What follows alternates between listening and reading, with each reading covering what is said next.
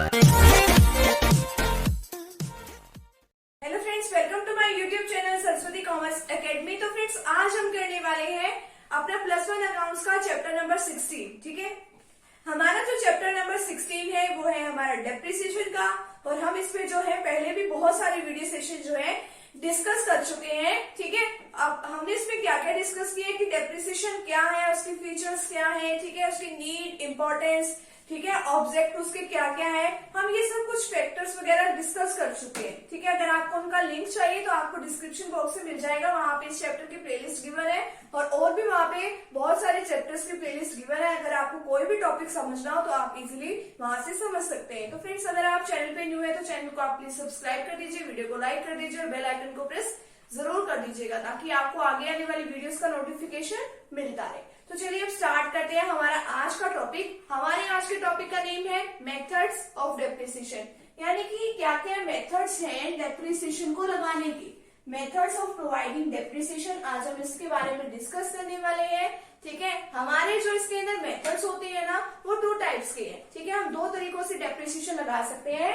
First तो है हमारा स्ट्रेट लाइन मेथड। वैसे तो आपकी बुक में बहुत सारे मेथड गिवन है, ठीक है, बहुत सारे मेथड्स के नेम गिवन है, कम से कम 10-12 मेथड होंगे, बट हमें जो आपके सिलेबस में करने हैं वो ओनली 2 मेथड्स ही करने हैं। कौन कौन से? स्ट्रेट लाइन मेथड, और हमने करना है एक रिटन डाउन वैल्यू मेथड। ठीक है, आज की वीडियो सेशन में जो हम डिस्कस करेंगे वो है स्ट्रेट लाइन मेथड। ठीक है, स्ट्रेट लाइन मेथड को हम शॉर्ट फॉर्म में SLM भी बोल सकते हैं। क्या बोल सकते हैं? SLM। ठीक है, और इसको हम और क्या क्या बोल सकते हैं, इसके और नेम क्या क्या है? Original cost method, fix installment method. ठीक है, ये हमारे इस मेथड के दूसरे नेम है। और सेकेंड मेथड जो हमारा रिटर्न डाउन वैल्यू मेथड है, उसको हम बोल सकते हैं WDV। ठीक है, WDV हम इसको बोल सकते हैं। ठीक है, तो आज का जो हमारा वीडियो सेशन रहने वाला है वो हमारा स्ट्रेट लाइन मेथड के ऊपर रहेगा। हम इसमें करेंगे, इसका एक एग्जाम्पल करेंगे छोटा सा। इसका ये यहाँ पे क्वेश्चन है, इसकी मेरिट्स, डिमेरिट्स और इसके आगे जो अकाउंटिंग ट्रीटमेंट दी हुई है, और हम एक प्रैक्टिकल क्वेश्चन जो बड़े वाला है उसको डिस्कस करेंगे। तो आप वीडियो को प्लीज लास्ट तक जो है जरूर देखिएगा। तो अब देखिए स्ट्रेट लाइन मेथड क्या होता है। अब आपको पता है कि आपको डेप्रिसिएशन लगानी है अपनी एसेट्स के ऊपर। अब स्ट्रेट लाइन मेथड में क्या होता है कि उसमें ना आप हर साल बिल्कुल सेम रेट से डेप्रिसिएशन लगाते हो। ठीक है, एक साल में आपने पहले साल में जो डेप्रिसिएशन लगाई है वही आप लास्ट साल तक भी आप वही डेप्रिसिएशन जो है लगाते हुए चलोगे। ठीक है, यानी कि स्ट्रेट लाइन मेथड में क्या होता है, आपको ये नहीं है कि आपको एक साल आपने कम लगा दी, एक साल आपने ज्यादा डेप्रिसिएशन लगा दी। नहीं, स्ट्रेट लाइन मेथड में क्या है, आपको हर साल बिल्कुल इक्वल रेट से आपको डेप्रिसिएशन लगाते हुए चलना है। ठीक है, डेप्रिसिएशन हम कैसे कैलकुलेट करते हैं, जो भी आपकी एसेट्स होती है, ठीक है, एसेट्स की जितनी भी कॉस्ट होती है उसमें से आप क्या कर देते हो, स्क्रैप वैल्यू को लेस कर देते हो। स्क्रैप वैल्यू क्या होती है? स्क्रैप वैल्यू का मतलब होता है कि जब तक आपने एसेट्स को यूज करना था आपने उसको कर लिया। ठीक है, एट द लास्ट आप क्या करते हो, जब आपके घर में भी कोई सामान बेकार हो जाता है तो आप वो क्या करते हो, आप उसको बेच देते हो ना, सेल कर देते हो। एज अ हम क्या कह सकते हैं कि हम कबाड़ में हमने सेल कर दिया कबाड़ी वाले को। ठीक है, हम ऐसे ही बोलते हैं। तो वो होता है हमारा स्क्रैप वैल्यू। ठीक है, तो स्क्रैप वो होती है। ठीक है, तो हम एस्टिमेटेड स्क्रैप वैल्यू निकालते हैं और उसको किससे डिवाइड कर देते हैं, जितनी भी आपकी एसेट्स की लाइफ टाइम है, यानी कि आपकी एसेट्स जो है कितने साल चलने वाली है, तो उसके बेसिस पे हम क्या निकालते हैं, डेप्रिसिएशन निकाल देते हैं। और हर साल हमने वही डेप्रिसिएशन लगाते जाना है। ठीक है, तो ये इसका फॉर्मूला है डेप्रिसिएशन का, cost of the assets minus estimated scrap value divide by estimated life of the assets. अब देखो, ओरिजिनल कॉस्ट मान लो इसकी हमारी एसेट्स की है 1 लाख रुपीज, स्क्रैप वैल्यू है इसकी 15,000 और एस्टिमेटेड लाइफ है मान लो इसकी 10 ईयर्स। क्या है? 10 ईयर्स इसकी लाइफ है किसी भी एसेट्स की। ठीक है, अब देखो यहाँ पे ओरिजिनल कॉस्ट कितनी है, 1 लाख, तो ओरिजिनल कॉस्ट में हम लिख देंगे 1 लाख, माइनस क्या कर देंगे इसमें से, स्क्रैप वैल्यू इसकी कितनी है 15,000, तो 15,000 को हमने लेस कर दिया। एस्टिमेटेड लाइफ कितनी है इसकी एसेट्स की, वो है 10, ठीक है, 10 ईयर्स है तो इसको डिवाइड कर दो। तो 1 लाख में से जब आप 15,000 को लेस करोगे तो कितना आएगा, 85,000 डिवाइड बाई 10, ठीक है, आप इसको कट कर दो तो यहाँ पे कितना आ जाएगा, 8,500।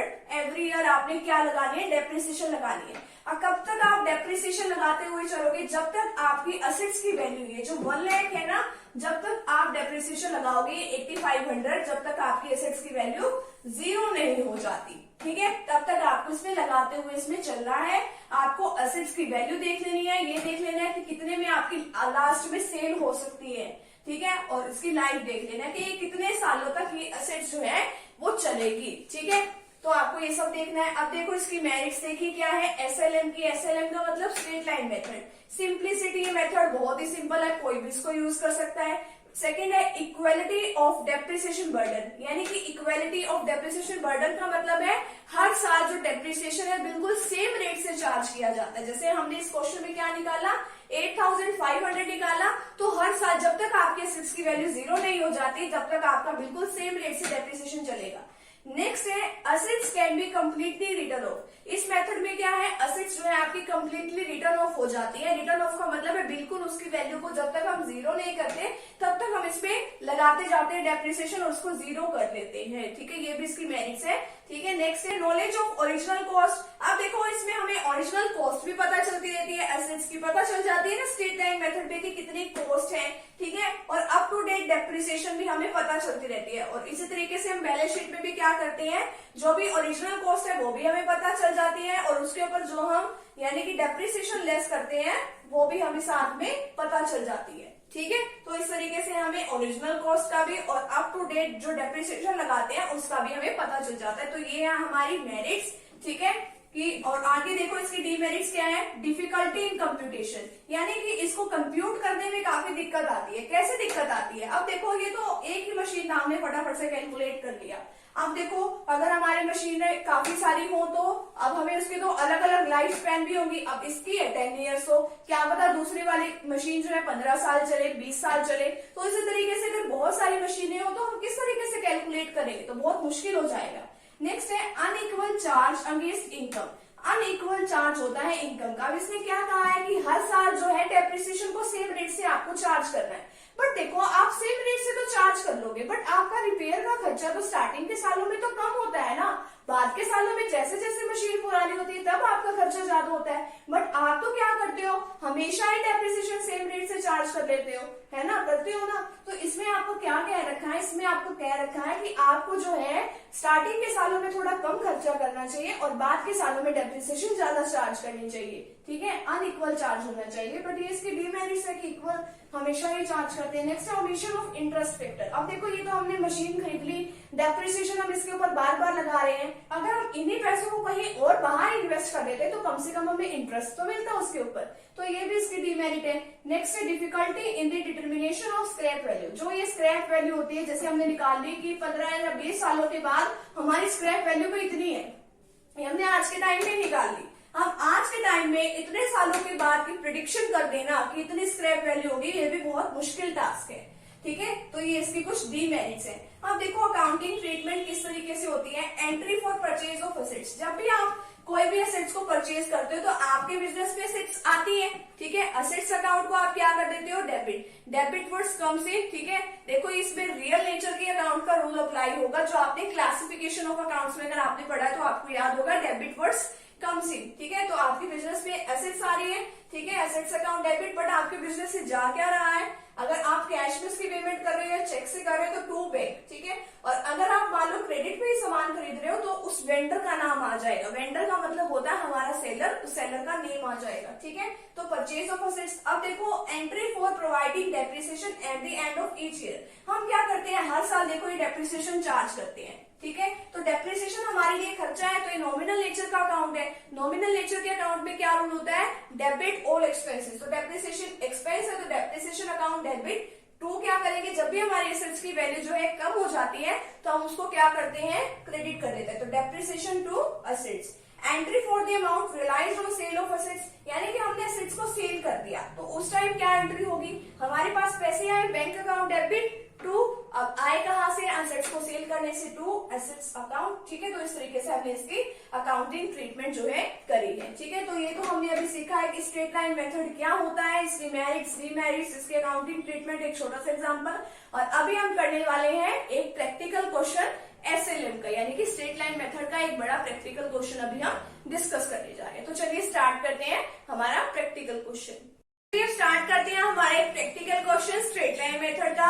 अब देखिए इसके अंदर क्या दे रखा है, on 1 April 2009 Atul glass limited purchase a machine for ₹90,000, ठीक है।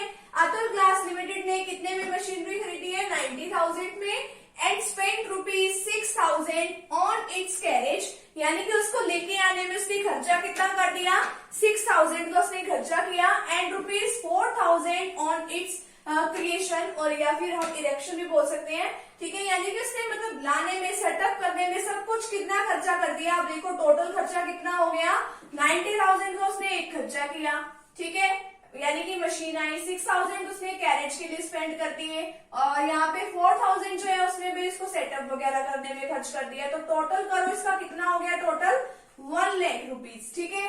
On the date of purchase it was estimate that, यानी कि जिस दिन उसको परचेज किया गया उस दिन क्या एस्टिमेट लगाया गया, जो उसकी अफेक्टिव लाइफ है जो मशीन की, वो कितने साल तक रहने वाली है, 10 सालों तक वो रहेगी मशीन। और आफ्टर 10 ईयर्स स्क्रैप वैल्यू, यानी कि हम कहते हैं ना कि स्क्रैप वैल्यू निकलती है कि कितने में लास्ट में हम जाकर उसको सेल करेंगे, वो है हमारी 20,000 की। तो हमें एक मशीन अकाउंट प्रिपेयर करना है, एक डेप्रिसिएशन अकाउंट प्रिपेयर करना है, कितने सालों तक प्रिपेयर करना है, 4 सालों तक, 4 इयर्स तक। After providing depreciation on fixed installment method, fixed installment method का मतलब है स्ट्रेट लाइन मेथड। इसके काफी सारे नाम थे, वो हमने डिस्कस किए थे, और हर साल जो हमारे अकाउंट क्लोज हो रहे हैं वो हो रहे हैं 31 मार्च को, ठीक है। आपको पता है कि आपका अकाउंटिंग पीरियड 1 अप्रैल से स्टार्ट होता है, 31 मार्च को जाके खत्म होता है। अब आपको डेप्रिसिएशन का मैंने अभी आपको एक फॉर्मूला नोट डाउन कराया था। डेप्रिसिएशन का क्या फॉर्मूला होता है, कॉस्ट ऑफ द एसेट्स, यानी कि जितने भी एसेट्स की कॉस्ट है उसमें से आप क्या लेस कर देते हो, स्क्रैप वैल्यू, यानी कि लास्ट में जाके आप जितने सालों उसको यूज कर लोगे, फिर उसके बाद उसको सेल करोगे, उसमें से वो चीज लेस कर दो, डिवाइड क्या कर दो, estimated life of the assets, ठीक है। अब आपके एसेट्स की कॉस्ट कितनी है, ये आपने देखो, ये आपने निकाल ली 1 लाख, ठीक है। सारी कॉस्ट निकाल ली, उसकी ये नहीं कि हमने कितने में परचेज करी, उसको सेटअप करने तक जितना भी खर्चा है, ठीक है। 1 लाख माइनस स्क्रैप वैल्यू उसकी कितनी है, कितने में हम सेल करेंगे उसको 10 सालों के बाद, 20,000 में हम उसको सेल करेंगे, माइनस कर दो 20,000। अब देखो डिवाइड किससे करना है कि कितने साल वो मशीन चले, कितने साल चलेगी, 10 साल। तो 10 से डिवाइड कर दो तो कितना आ जाएगा यहाँ पे, पहले तो 1 लाख में से 20,000 लेस करो, कितना आ गया यहाँ पे 80,000। 80,000 को करो 10 से डिवाइड, कितना आ जाएगा 8,000। या तो आपके पास ये तरीका है स्ट्रेट लाइन मेथड में, ठीक है, या फिर अगर आप रेट निकालना चाहो तो आप कैसे निकाल सकते हो कि आपकी डेप्रिसिएशन कितने की है, amount of depreciation divide by आपकी, मतलब कि जो भी आपकी ओरिजिनल कॉस्ट है एसेट्स की, वो उसको डिवाइड कर दो और मल्टीप्लाई कर दो 100 के साथ, तो आपकी परसेंटेज निकल जाएगी 8%, ठीक है। वो तो सेम ही बात है, आपको ये निकाल लो, ये निकाल लो, ये निकालना है, अगर आपको आप ये भी निकाल सकते हो। तो सबसे पहले आपको मशीन अकाउंट बनानी है, ठीक है। मशीन का अकाउंट बनाओगे, किस तरीके से बनाओगे, debt particular amount, debt particular amount. आपको पता है ये वाली साइड आपकी डेबिट साइड होती है और ये वाली साइड आपकी क्रेडिट साइड होती है, ठीक है। तो सबसे पहले आपने किस डेट को मशीन खरीदी है, ठीक है, तो आपको कहाँ से, आपका डेप्रिसिएशन का क्वेश्चन कहाँ से स्टार्ट होता है, डेबिट साइड से हमेशा स्टार्ट होता है, ठीक है, आपको पता है। अब देखो क्योंकि एंट्री भी बना के देखो, जब भी आप कोई एसेट्स परचेज करते हो उसकी एंट्री आप क्या बनाते हो, आप मशीन लेके आए बिजनेस में, ठीक है, अब असेट्स लेके आते हो तो assets account debit to bank, अगर कैश में लेके आते हो, ठीक है। तो अब देखो machine account debit to bank account, ये एंट्री बनेगी। आपका डेप्रिसिएशन का क्वेश्चन हमेशा डेबिट साइड से स्टार्ट होता है। अब देखो डेट क्या लिखोगे, 2009 अप्रैल 1 टू बैंक अकाउंट, यानी कि मशीन कितने की आई है, 90,000 की। अब आपने एक्सपेंसेस भी तो किए हैं उसके ऊपर, कैरेज का एक्सपेंस किया है, वो भी टू बैंक अकाउंट 6,000, और आपने क्या एक्सपेंस किया है कि उसके इलेक्शन वगैरह में, ठीक है, उसके क्रिएशन में सब कुछ खर्चा कितना कर दिया, 4,000, ठीक है। तो आप इसको टोटल कर दो, कितना आ गया ये 1 लाख, ठीक है, इतना आपने कर दिया यहाँ तक टोटल, ठीक है।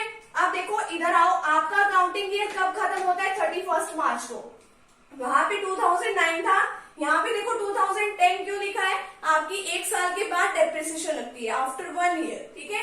बाय डेप्रिसिएशन अकाउंट कैसे निकालोगे, या तो आपने ये निकाल ही रखा है कि 8000 आई आपकी डेप्रिसिएशन, आपको पता है स्ट्रेट लाइन मेथड में आपकी डेप्रिसिएशन हर साल सेम रहने वाली है 8000, या फिर आप किस तरीके से निकाल सकते हो कि आपकी कितनी वैल्यू है इसकी एसेट्स की 1 लाख, मल्टीप्लाई आपने रेट निकाली थी इसकी, कितनी निकाली थी 8 डिवाइड बाय 100। अब वैसे आपका ये वाला मेथड इजी है कि आप एक ही बारी में 8000 निकाल लो, सभी में सेम रहेगी, ठीक है, अगर आपका SLN मेथड हो। तो आपने निकाल लिया 8000, फिर आपको क्या करना है, अब देखो आपका बैलेंस कैरी डाउन आ जाएगा, ठीक है। कैरी डाउन कैसे कि आगे आपको नेक्स्ट उसमें आपको फिर आगे आप क्या करते हो, नेक्स्ट मंथ में या नेक्स्ट ईयर में आगे आप ड्रॉ डाउन कर लेते हो। अब देखो ये बैलेंस कैरी डाउन यहाँ पे 92,000 कैसे आया, यहाँ पे आपका 1 लाख था डेबिट साइड में, ठीक है। इसमें से आपने इस असेट्स की वैल्यू कम कर दी, कितनी कम कर दी 8000 कम कर दी, तो 1 लाख में से अगर आप 8000 को लेस करोगे तो कितना आ जाएगा आपका 92,000, ठीक है। और अब आपको दोनों साइडों को इक्वल लेके चलना है यहाँ पर। अब देखो जो आपका बैलेंस कैरी डाउन है वो नेक्स्ट ईयर में जाके 1 अप्रैल 2010 को जाके वो क्या हो जाएगा, बैलेंस ब्रोड डाउन हो जाएगा। 1 लाख को नहीं ब्रोड डाउन करना, ये जो आपने कैरी डाउन किया है यहाँ पे 92,000 उसको ब्रोड डाउन करना है यहाँ पर, ठीक है। और फिर एक साल के बाद फिर से डेप्रिसिएशन लगेगी, कितनी डेप्रिसिएशन लगेगी, स्ट्रेट लाइन मेथड में सेम लगती है 8000 की। फिर से बाय बैलेंस कैरी डाउन कैसे करोगे, जो ये 92,000 है ना यहाँ पर, उसमें से आप दोबारा 8000 को लेस कर दोगे, फिर कितना आ जाएगा 84,000, दोनों को इक्वल कर दो। फिर ये बाय बैलेंस जो यहाँ पे कैरी डाउन है वो नेक्स्ट ईयर में जाके 1 अप्रैल 2011 यानी कि 1 अप्रैल 2011 को कितना हो जाएगा, वो ब्रोड डाउन हो जाएगा। कौन सा बैलेंस, ये 84,000 ना कि 92, ठीक है 84,000। फिर से आप नेक्स्ट ईयर में 31 मार्च 2012 को डेप्रिसिएशन लगाओगे बाय डेप्रिसिएशन अकाउंट, कितना 8000, ठीक है। और फिर से बाय बैलेंस कैरी डाउन कैसे करोगे, जो ये 84,000 है उसमें से 8000 को लेस करना है, ठीक है, तो कितना आ जाएगा 76, दोनों को इक्वल करो। फिर से बाय बैलेंस कैरी डाउन वाले को नेक्स्ट ईयर में 1 अप्रैल 2012 को ब्रॉट डाउन कर लो, 76,000 आ जाएगा। फिर एक साल के बाद 2013 31 मार्च डेप्रिसिएशन लगाओ, क्योंकि हमने 4 सालों तक डेप्रिसिएशन लगा लिया 4 इयर्स तक, ठीक है। 9, 10, 11, 12 यहाँ आपकी लास्ट ईयर की डेप्रिसिएशन है, कितनी 8000। फिर से आपने 76,000 में से ये लेस कर देना है 8000, कितना आ जाएगा 68,000। फिर आप इसको नेक्स्ट ईयर में ओनली ब्रॉट डाउन तो कर लो, ठीक है, क्योंकि आगे भी कंटिन्यू चलती रहती है प्रोसेस तो आपकी, तो आपको यहाँ तक ये क्वेश्चन छोड़ देना है, ठीक है 76,000 तक, ठीक है। ये आपका मशीन का अकाउंट, इसमें कुछ नहीं करना। अब ये है आपका डेप्रिसिएशन का अकाउंट। अब देखो डेप्रिसिएशन का जब भी आप अकाउंट बनाते हो तो आपकी एक एंट्री भी बनती है, depreciation account, debit to assets account, ठीक है। तो आपको 2 में तो क्या लेके चलना है, मशीन। इसमें क्या है, जितनी अमाउंट आप डेप्रिसिएशन की निकालते हो इसमें वही करते हो, आप वही लिखते हो। और इसमें क्या लेते हो, bye statement of profit and loss, यानी कि आप स्टेटमेंट ऑफ जो आपका P&L का बैलेंस होता है तो आप उसको राइट ऑफ करने में इसका यूज करते हो। तो पहली डेप्रिसिएशन आपकी कब लगी थी, 31 मार्च 2010 लगी थी। तब आपने यहाँ पे डेट लिखनी है 2010 मार्च 31, टू मशीन अकाउंट 8000, और यहाँ पे 2010 मार्च 31, यहाँ पे डेट दोनों में सेम लिखनी है, राइट ऑफ करना है ना आपको 8000, ठीक है। फिर आगे नेक्स्ट डेप्रिसिएशन लगी थी 2011 मार्च 31, यहाँ पे वही टू मशीन अकाउंट, वही देखो यहाँ पे स्टेटमेंट में ये जो रेट है यानी कि जो अमाउंट है डेप्रिसिएशन की वो सेम है, और यहाँ पे भी हमने सेम अमाउंट लेनी है, वही डेट, ठीक है, और वही स्टेटमेंट ऑफ P&L। फिर इसी तरीके से 2012 में to machine by statement of, फिर इसी तरीके से 2013 में टू मशीन अकाउंट 8000, फिर यहाँ पे भी बाय स्टेटमेंट ऑफ P&L का हम यूज करते हैं। तो इस तरीके से हम डेप्रिसिएशन का अकाउंट बनाते हैं, और ये जो भी हमारी मशीन है उसके ऊपर हम इस तरीके से डेप्रिसिएशन वगैरह जो है चार्ज करते हैं, ठीक है। SLM मेथड में तो क्या होता है, हर साल सेम डेप्रिसिएशन चार्ज करते हैं, ठीक है। जो नेक्स्ट वीडियो सेशन हम डिस्कस करेंगे उसमें देखेंगे हम रिटर्न डाउन वैल्यू मेथड के बारे में, कि रिटर्न डाउन वैल्यू मेथड होता क्या है, और उसमें जो है अलग अलग आपको डिक्रीजिंग रेट से डेप्रिसिएशन जो है लगते हुए दिखाई देंगे वहां पे, ठीक है। तो आप वो वाला वीडियो सेशन भी जरूर देखिएगा। तो मिलते हैं फ्रेंड्स नेक्स्ट टॉपिक के साथ, नेक्स्ट वीडियो के साथ। Thank you very much.